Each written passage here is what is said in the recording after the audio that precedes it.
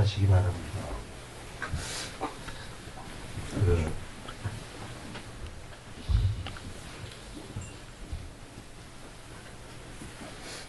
잘 들리죠? 올해 한 해가 지나가고 있습니다. 오늘 메리 크리스마스인가요? 다들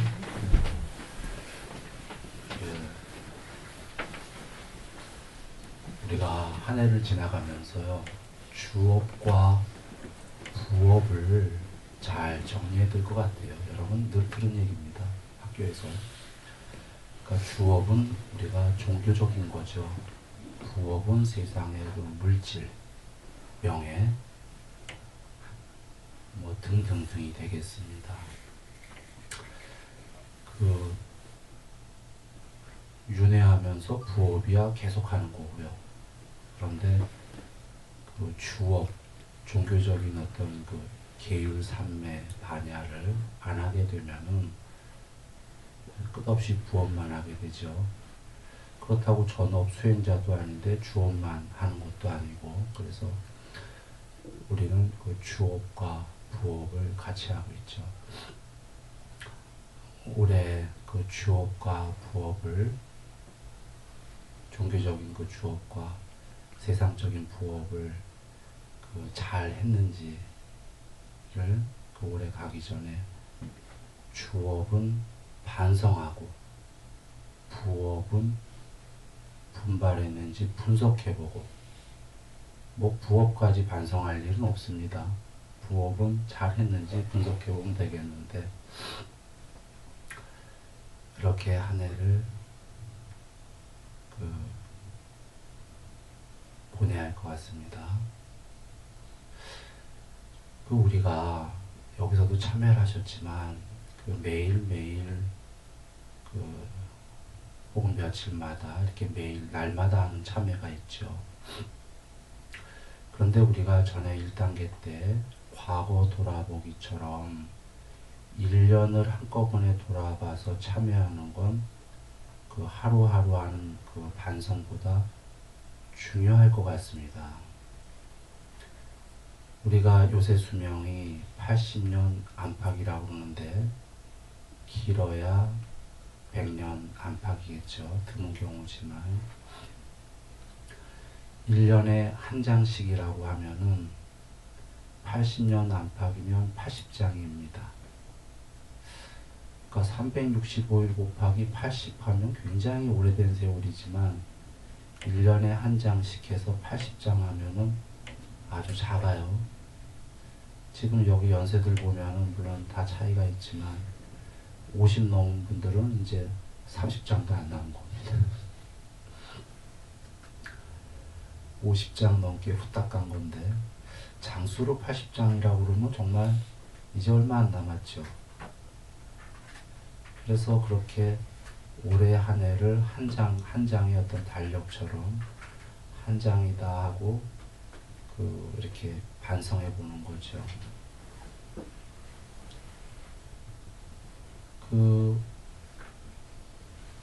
주업을 주로 반성할 때, 참여할 때 우리가 물론 계율, 삼매, 반야, 개정회, 이 공부에 대해서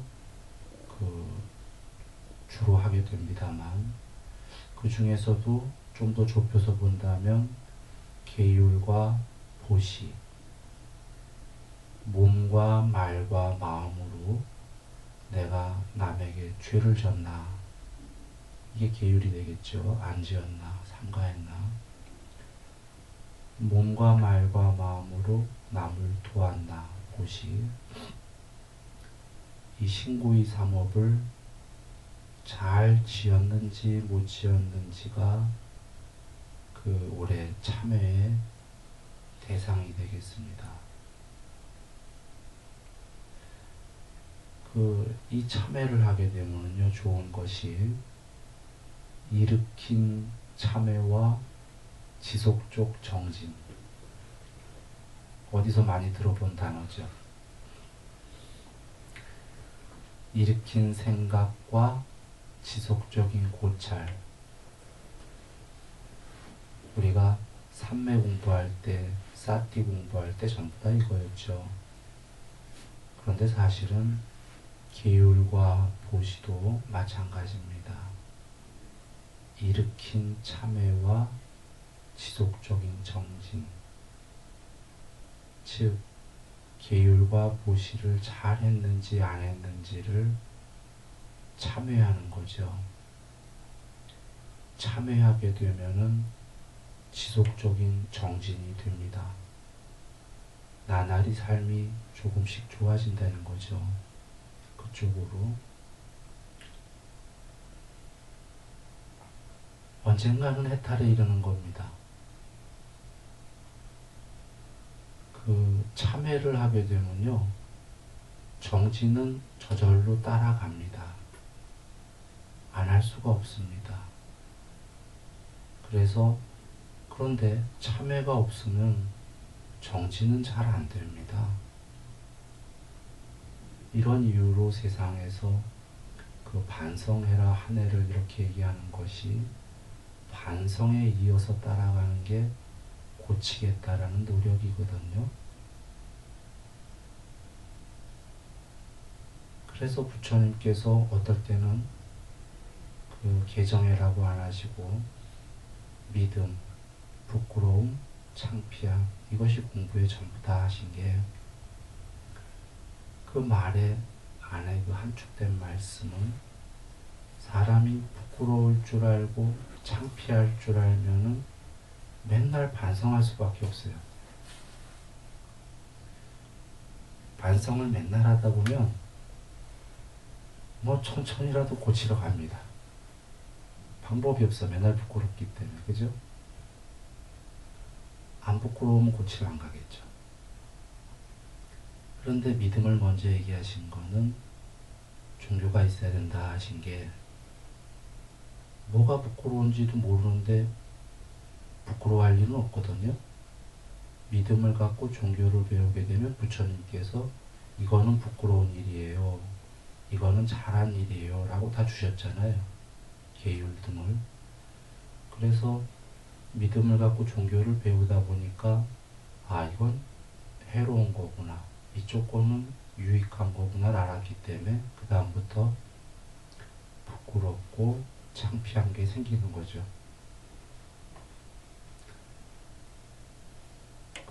그러면 이제 부끄럽고 창피할 줄만 알면은 공부는 돼갈 수밖에 없어요. 시간이 얼마나 걸리든. 그러나 우리가 처음에 사실 부끄러움과 창피함이 생기나요? 잘 몰라서 잘 안 생겨요. 아는 만큼만 생기죠. 그래서 부처님께서 참여하라고 그러신 겁니다. 보살님에. 그 참여를 하다 보면 이게 더 부끄러운 거였구나, 창피한 거였구나, 이렇게 점점 알게 되는 거죠. 그러면 시간이 얼마나 걸리든 분발해서 정진해서 고칠 수밖에 없는 겁니다. 그래서 오늘 예불문에 나왔지만 계율을 잘 지키는 사람은 방일하지 않기 때문에, 나태하고 게으르지 않기 때문에 살아서 많은 재물을 모으고 좋은 명성을 얻는다. 예불문에 나와 있는데 살을 때도 좋고 죽어서도 천국 천상 간다. 근데 의문들이 없었나요? 아니, 계율을 잘 지키는 사람은 왜 방일하지 않지? 거기에는 많은 게 이미 중간 내용이 함축된 건데 계율을 잘 지키기 전까지 잘 못 지켰겠죠. 지키려고 노력하다 보면은 참회가 선행이 됐다는 겁니다. 참회가 선행이 안 되고는 계율을 지킬 수가 없어요. 계율을 못 지켰다가도 잘못했구나, 참회하고 부끄럽구나, 이러니까 조금씩 지켜가는 거죠. 즉 이미 계율을 어느 정도 잘 지킨다는 사람은 참회를 수도 없이 했을 거예요. 그죠? 그리고선 계율을 좀 잘 지키게 됐죠. 참회를 하는 동안 그 사람은 그 허물도 참여했겠지만 신구의 삼업으로 남을 못 도운 것도 참여했을 거고, 그래서 둘 다를 잘하게 된 사람은 이제 나태하고 게으르지 않게 된 거죠. 분발하게 된 겁니다. 그와 같이 우리가 참회와 참회, 한쪽의 참회, 이쪽의 기율과 보시, 이렇게는 둘은 불가분의 관계입니다. 그러니까 먼저 해줘야 될 거는 참회입니다. 그런 의미로 돌아와서 올해 한 해를 보내면서 그 올해 한 장 전체 돌아보기, 올해 그 1년 한 장 전체를 한번 내가 주업에 있어서, 종교적인 것에 있어서 주로 기율과 보시에 있어서 그 어떤 허물이 있었나를 참회를 해보는 거죠. 지금 계율 쪽 얘기를 주로 드렸는데, 보시 쪽 얘기라면은 그 전에 그 조중훈 회장 예도 드렸지만, 그 어머님이 일일일선 하루에 하나씩 착한 일을 해라, 착한 일을, 불교 신자이셔갖고 그래 젊은 조중훈 씨는 일일일선을 하려고 노력하다 보니까 어느 날 그 어떤 여자가, 외국 여자가 차가 서서 막 손을 흔들어서 도와달라고 그러는데 다른 사람은 안 돕는데 그 조중훈 청년이 멈춰서 갖고 타이어를 다 고쳐줬죠. 그래갖고 며칠 있다 전화 와갖고 어떤 남자가, 나 주한미군 사령관이다. 그대가 도운 여자가 내 부인이다. 내가 그대를 뭘 도와주면 될까? 그래, 그 미군에 납품하고 싶습니다. 주한미군에. 그렇게 해서 대한항공 회장까지 됐다. 이렇게 그 특이한 그 사람의 얘기만이 아니라 이런 실례는 수도 없이 많습니다. 나 혼자 성공하려면 내 혼자 100% 힘을 해야 되는데 주위에 도와주는 사람이 많으면 내가 10%만 노력해도 훨씬 더 성공할 수가 있죠. 내 혼자 성공하려는 건 너무 힘든 겁니다, 사실은. 그런데 내도 주위를 안 돕는데 주위에서 나를 도울 일은 없는 거죠. 그래서 물질과 명예로 성공하고자 해도 신구의 삼업을 잘해야 되지만, 사실은 그 부업만이 아니라 주업에 있어서 남에게 도움을 주는 게 지금 이 순간에 내가 행복하고 그들도 행복하고 더불어 몸이 무너진 다음에도 삼업을 잘 쌓았기 때문에 높은 천상세계에 태어나 있을 것이다. 그래, 요약한다면 올 한 해가 계율은 내가 내 죄를, 허물을 얼마나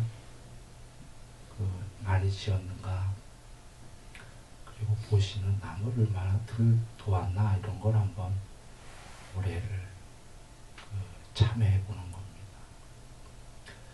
그리고 우리가 지금 전업수행자가 아니니까요. 올해 또 부업에 있어서도 이제 반성과 분석을 해봐야겠습니다. 부업은 참여까지 할 건 없습니다.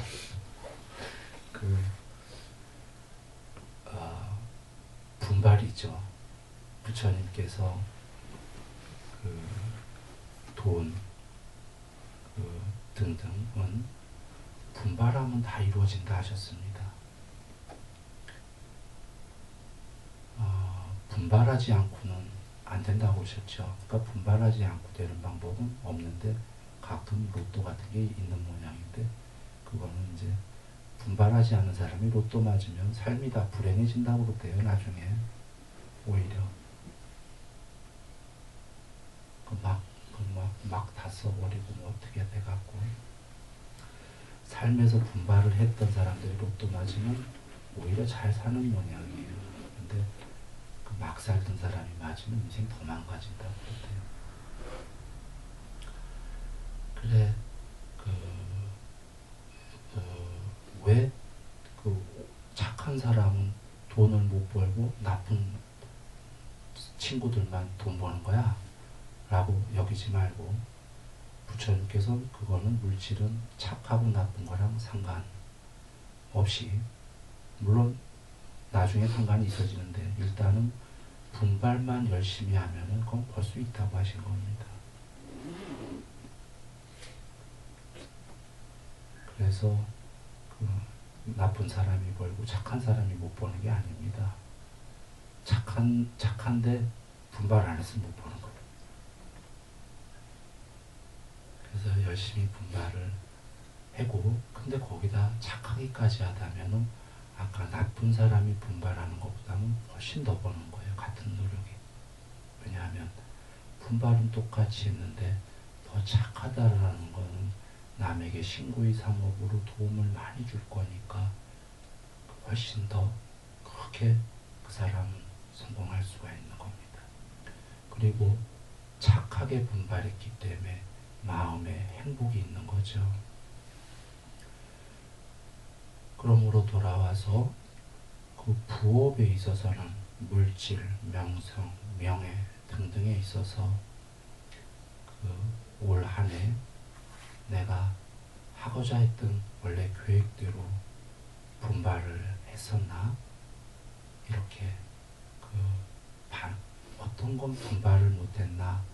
라고 반성 내지 분석을 해보는 거죠. 그래야 내년에 새로운 계획을 세워서 그 올해 분석했던 것, 반성했던 것을 토대로 삼아서 더 분발할 수가 있습니다.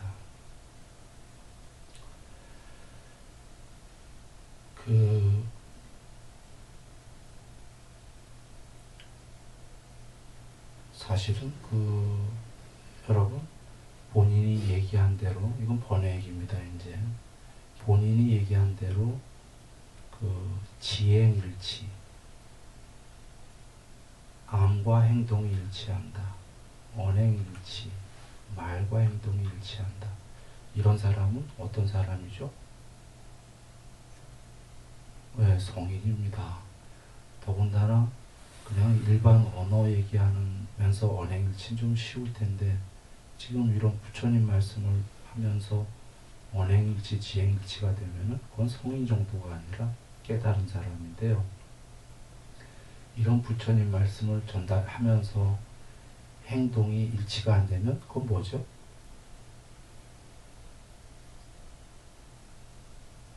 머리로는 아는데 행동으로는 일치가 안 된다.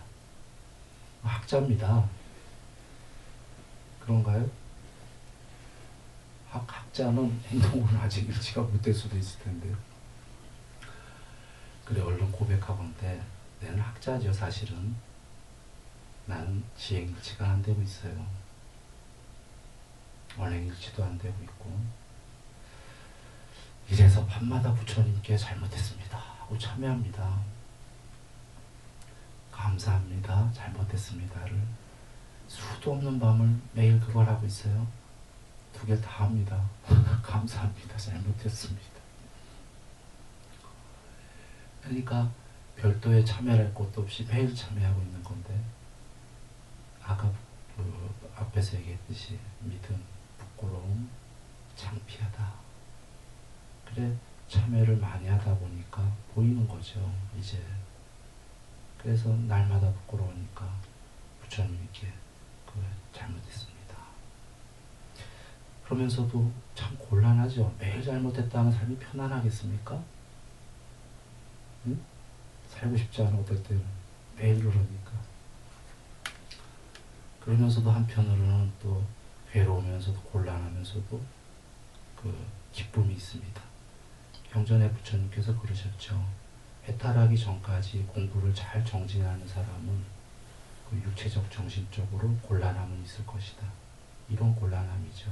그러니까 자기가 하고자 하는 해탈과 되지 못한 나 사이에 그 어떤 간격 때문에 괴로운 것, 곤란함은 있을 것이다 하셨지만 한편으로는 기쁜 거는 이런 겁니다. 알기 때문이죠. 뭘 아냐면은 이렇게 맨날 잘못했습니다 하는 건 부끄럽기 때문에 언젠가는 조금씩 고쳐가고 있다는 걸 안다는 거죠. 잘못했습니다 매일 하면은 안 고쳐갈 수가 없어요. 조금씩이라도. 그래서 이것은 참 좋은 길이다. 우리 얘기로 한다면 우리가 전체가 지금 이 종교회, 특히 불교회, 특히 그러면서도 석가모니 부처님께서의 빨리 경전에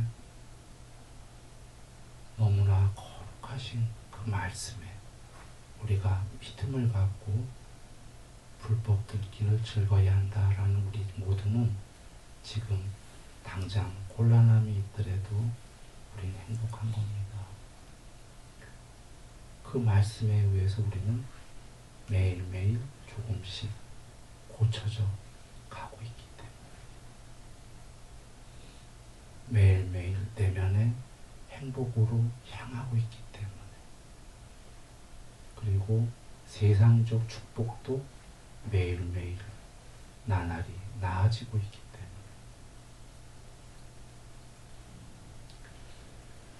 보시면은 종교인과 비종교인은 차이가 있습니다. 비종교인이든 종교인이든 아직은 둘 다 세상의 감각적 욕망에 물들어 있고 즐기고 그러합니다. 반대쪽으로는 둘 다 괴로워할 때는 절망을 합니다. 괴로워하고 심심하고 외롭고 누가 필요하고 종교인이든 비종교인이든 둘이 같습니다. 그런데 다 차이점은 비종교인은 감각적 욕망을 끝없이 갑니다. 자제를 할 줄 모릅니다. 이유는 자제하라를 배운 적이 없습니다. 그쪽으로 계속 가는 것이 오히려 행복해지는 거라는 전도된 생각을 갖고 있기 때문에 그러나 종교인이라면 어떤 종교가 됐건 정통 종교는 감각적 욕망을 자제하라고 배웠기 때문에 욕망을 하더라도 머무르는 정도로만 해서 내면의 행복과 추억과 세상의 행복에 부업을 조화를 이루려고 노력할 겁니다. 종교인이라면 좌절하고 외롭고 심심할 때 비종교인이라면 이유를 찾을 수 없기 때문에 더 그쪽으로 좌절하고 절망하고 외롭고 심심할 겁니다. 종교인이라면 마찬가지일 때 마찬가지로 외롭고 심심하고 절망스럽겠지만 그래도 그들은 기댈 곳이 있습니다. 거룩한 부처님께 기댈 곳이 있는 거죠. 만약에 기독교라면 하나님께 기대겠죠. 그러면서 그 위안을 얻을 수가 있습니다.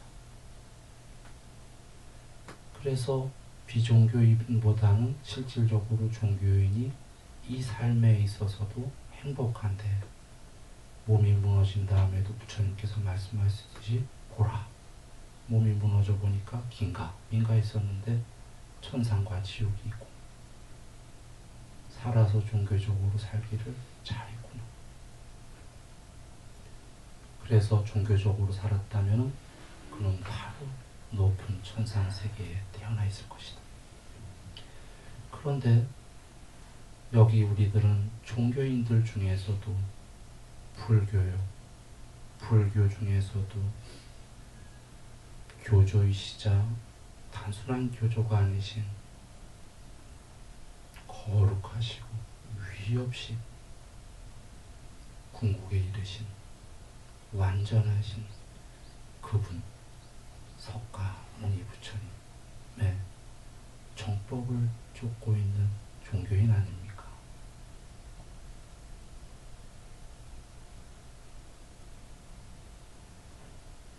그러므로 우리가 부처님 말씀에 따라서 지금 가면은 앞서서 얘기했듯이 참회를 해가면은 조금씩 우리가 알던 모르던 분명히 고쳐져 가고, 말씀에 따라서 물론 어떤 분들은, 어떤 사람들은 정말 불굴의 정진을 한다면 바로 머지않아 해탈을 이루겠죠.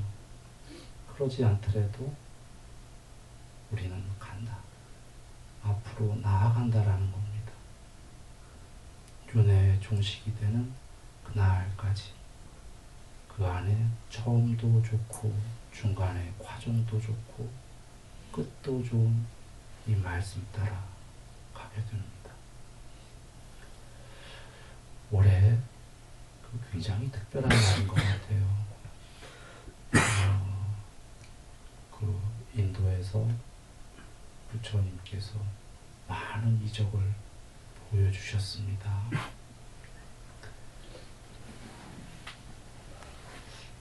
우연인지 내년 1월 1일이 성도 제일이군요. 그 성불하신 날이시네요. 물론 전 세계가 아마 같지는 않을 것 같아요. 열반일도 다르신 것처럼 한국에서 등 몇 개 나라에서만 그 음력이 이랬던 것이 양력으로 아마 1월 1일일 수 있을 겁니다. 그러나 그게 중요하지 않다라고 봅니다.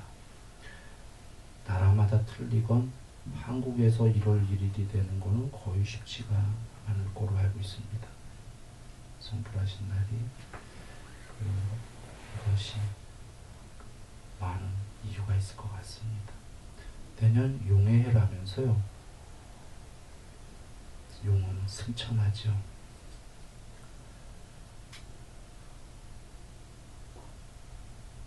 우리가 내년에 많은 것을 승천할 수 있는 해였으면 좋겠는데요. 그러기 위해서 다시 원래로 돌아와서 얘기합니다. 올해 한 해 한 장을 주업과 부업에 있어서 잘 살펴서 참회와 반성과 분석을 올해 가기 전에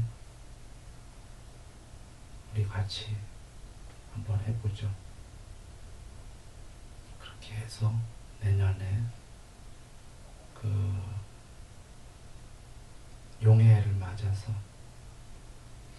더욱더 그 마음의 모든 행복과 물질적 축복, 수명, 용모, 명성, 명예, 행복, 힘, 모든 것이 승천하듯이 커지는 내년 한 해의 길을 믿고, 법에 따라서 부처님 말씀에 따라서 틀림없이 믿고 또한 기원을 합니다.